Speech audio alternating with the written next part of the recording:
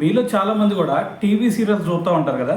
మరి ఆ TV serials చూసేటప్పుడు అసలు కొంచెం ఫస్ట్ అలవాటు అయ్యారంటే ఆటోమేటిక్గా దానికి ఎడిక్ట్ అయిపోతారు. మరి ప్రపంచం మునిగిపోతున్నా సరే సో దాన్ని పట్టించుకోకుండా సీరియలే కావాలనే విధంగా ముందుకెళ్తూ ఉంటారు.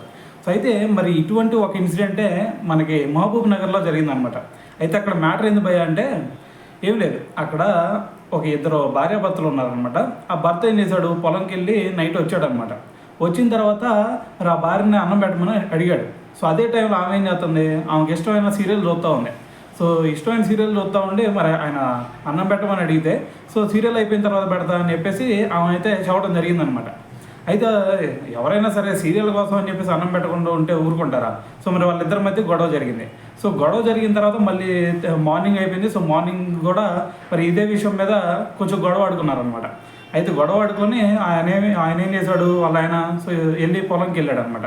సో పొలంకి వెళ్ళిన తర్వాత ఏమేం చేసింది, ఇంట్లో గడ్డి ముందు తాగేసింది. సో తను తాగితే ఓకే, తను ఒకటే మాత్రం తాగలేదు ఇక్కడ. సో దాని తర్వాత వాళ్ళ కొడుకు ఎవరైతే ఉంటాడో చిన్నపిల్లడు, సో అతనికి కూడా తాగిచ్చేసింది. సో ఇప్పుడు ఈ విషయం తెలుసుకున్న తర్వాత మరి వాళ్ళ చుట్టుపక్కల ఇంటి పక్కన వాళ్ళు ఏం చేశారంటే మరి హాస్పిటల్కి తీసుకెళ్లారు. హాస్పిటల్కి ఇద్దరిని తీసుకెళ్తారు కదా. సో ఇద్దరిని తీసుకెళ్ళిన తర్వాత మరి తనకైతే అదే భార్యకైతే అంత ఇబ్బందిమైన సిచ్యువేషన్ ఏం లేదని చెప్పారు. ఇప్పుడు మరి వాళ్ళ చిన్నపిల్లడు ఉన్నాడు కదా, కొడుకు. సో మరి అతని పరిస్థితి కొంచెం విషమంగా ఉందని చెప్పేసి చూడడం జరిగింది. సో దీంతో అతన్ని ప్రైవేట్ హాస్పిటల్లో జాయిన్ చేశారనమాట. సో ఇప్పుడు ఆ చిన్నపిల్లడికి కనుక ఏదైనా అయిందంటే ఆటోమేటిక్గా తాగిచ్చింది ఏమే కాబట్టి సో ఏం మీద కేసు నమోదు చేసే ఛాన్స్ ఉంది. సో మరి జైలుకి వెళ్ళారు అంటే అక్కడ సీరియల్స్ కూడా చూస్తాను అనుకుండదు.